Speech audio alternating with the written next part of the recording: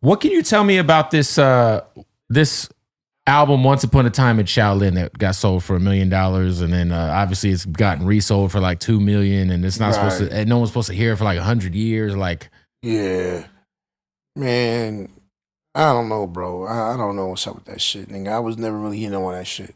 is it good? You know what I mean? Is it a good album? Not to me. It wasn't good to me. I'm just not just saying that it wasn't good. There was a bunch of records up there, but it wasn't like ooh album. It's probably good it didn't even come out. You know what I mean? Right. It's like, yeah, but it was probably like 30 songs up there and shit. Shit was like, who you had a couple of records that y'all might like, but you know me, I'm funny with my shit, so I'm very picky. Was RZA like, guys, I got this play. We gonna do this? No, it wasn't like that. It was you had this dude called what's the nigga name? Silver Rings. Silver Rings. You know what I mean? He been around the clique, but you know, he went to everybody like one by one. It's like this: you go get verses from everybody. Oh, and you pay them from verses, and then you put the shit together. But then you want to try to like you put it together, and you got to play, and then you take it to RZA after the shit was like that, and then y'all in all in together, and then all of a sudden it's so let me get this straight. How it worked was he bought a bunch of verses from everybody. Yeah, put them together. Yeah, yeah, and then I own the rights to these verses. Yeah, and then I'm gonna combine this and. So y'all didn't even yeah. I don't even know if he owns the right. I mean, whatever it is, right? Whatever it is, yeah. But that's what it was. Were you guys aware that was something that was going to even like be the end result? If you give me a track right now, I'm just doing it, just giving you the feature, man, and you paid me for it. Same shit. That's it. But you didn't tell me that you're gonna build the album around it. That's the sneaky shit. That's what I'm saying. You're gonna build the album, then y'all gonna do that, and then don't even break nobody off after you show that for that much. Because at the end of the day, RZA has to greenlight it. He got to sign off on it. Because, yeah, you got to sign off on it. So everybody else just got paid whatever they got paid for their feature, if you will, right? That's it. Yep. Oh. Yeah, that was it. And then y'all got to fucking turn on the news and be like, wait, how much did this motherfucking album sell? Exactly. Exactly. So it's like that with him and shit. You know what I always was confused about? There's always this big ghost guy on Twitter and shit, right? And then like he always is putting projects out with people. He's done stuff with you, but like I always was like, is this a Ghostface burner account? Like when you do like some of these side quest albums, what he did with me? Well, I feel like I saw something come up on my Spotify. I never did nothing with that nigga. Right, Wigs? The big Ghost LTD. No, okay. Yeah, he did nothing with me. Yeah. Well, I thought I saw something pop up, but I was gonna ask you because you have a lot of like I'll call them side quest albums, like you and this like Czar. Oh yeah, like all that shit like that. You'll connect with like different producers. Adrian Young and these guys. Yeah, great albums by the way. Yeah. When you do those projects, like, do you approach them like it's an official like part of your discography, or is it more like, yo, this is a collaborative effort? Yeah, that way. You know what I mean? Yeah, you just it's like I'm like a hitman. You know what I mean? Like you pay me to do a job like a for mercenary. You. I do it for you. Yeah. And that's it. You know what I mean? 'Cause a lot of guys had shit like they send you the script on how they want what they want to do, like Adrian, and send a script like, yo, talk about that, and we get it done.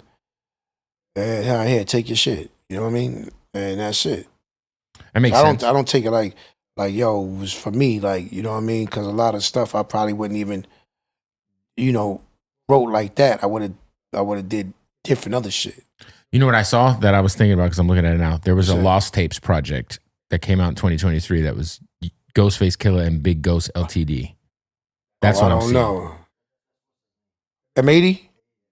I don't know. Oh, word? Yo, so you not know, fully sanctioned.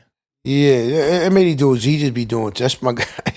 He just do a lot of bullshit. He just do too much of shit. In my opinion, your most slept on album, and I think it's like a lot of people's favorite, like in terms of like in the grand scope of your discography, is Fish Scale.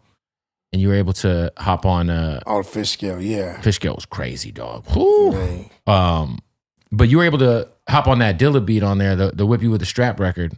Right, Strap, yeah. Shout out to Dilla. I met his moms not too long ago and stuff like that, though. She mad cool. Yeah, that it took me back. It took me back. When I heard the beat, it was like childhood shit. I see me in the living room as a little dude. You know what I mean? And you know, everybody having a good time in there, shit like that. Fly shit playing, you know what I mean? Isley Brothers and you know what I mean? All the Blue Magics and all that shit playing right there in the living room and shit. So it took me right back to that. She used to whip me with strap. It was that. It was that.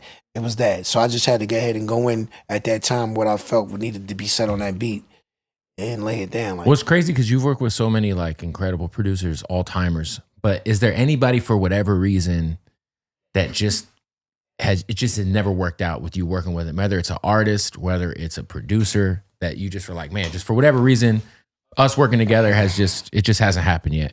It just the stars didn't align. Oh, you know, you got a couple of cats out there. You got your Primo. That's crazy. You and Primo haven't worked together. Yeah, we never worked together like that. That's crazy. Yeah, man. I love Primo.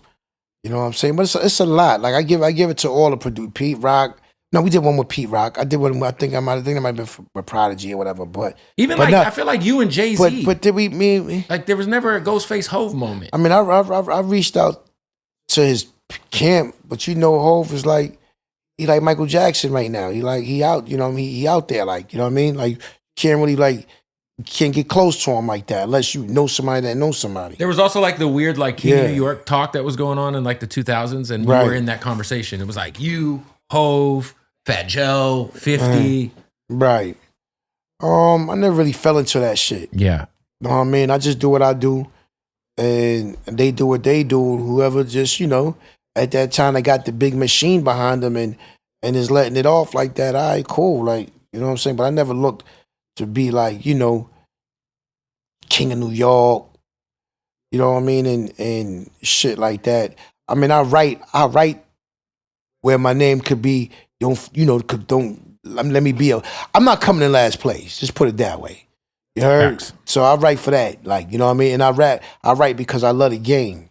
I love the game. I love it because, especially doing albums, it's like people forget how you do albums. Mm-hmm. You know what I mean? They put a bunch of tracks on just something and say that's the album. I tweeted this like last year. I think you got a top 5 discography in hip hop history. But yeah, you motherfucker right. You're in there. Hell yeah. Bro. I mean, as far as consistency. For sure. You know what I mean? So yeah, but you know. And you take all the Wu-Tang shit out. I'm talking about just Ghostface solo albums. Like, right. Yeah, we tucked away somewhere in there. You know what I mean? But yeah, man. What, the 4-pound Golden Eagle? Yes. Listen, this is one of the most iconic pieces of jewelry in hip hop history. Where is it today? We had at the video shoot the other day. I outgrew that. I outgrew it. But you still have it? We still got it, yeah. Okay. I let him wear it. Ice, you know what I mean? It couldn't fit on me that day. We was trying to try it on, it didn't work. That'd be like a very impractical thing to wear, like, in general. Uh-huh. Like, maybe only for photo shoots and performances. Like, you know what I mean? Yeah, if I get a thing stretched out and put it back, you know what I mean? But that thing is like when you come out, you gotta just be mad heavy, and you gotta probably just for the most part. If you're gonna flash him back, you gotta throw in a robe. You gotta throw in a robe with that shit. Yeah, you gotta throw it. You gotta throw it on. Yep, Pretty Tony. Yeah, or bulletproof wallets. Yeah, you gotta just throw it on. You gotta just, you know what I mean? What happened to Trife and the Theodore Unit? Because that was an incredible album too, and Trife was incredible. Yeah, you know, I mean, brothers get old and you know, like, you know, you go your separate ways, and not, you know, we still cool and shit, but you know, things is like he got bills, you know what I mean? He got to take care of his shit he got to do. But the Theodore Unit, yeah, it was just, at the while, it just was like, you know what I mean? That's just what it was at that time. You know what I mean? You know how shit goes. It just come by and it just pass you by.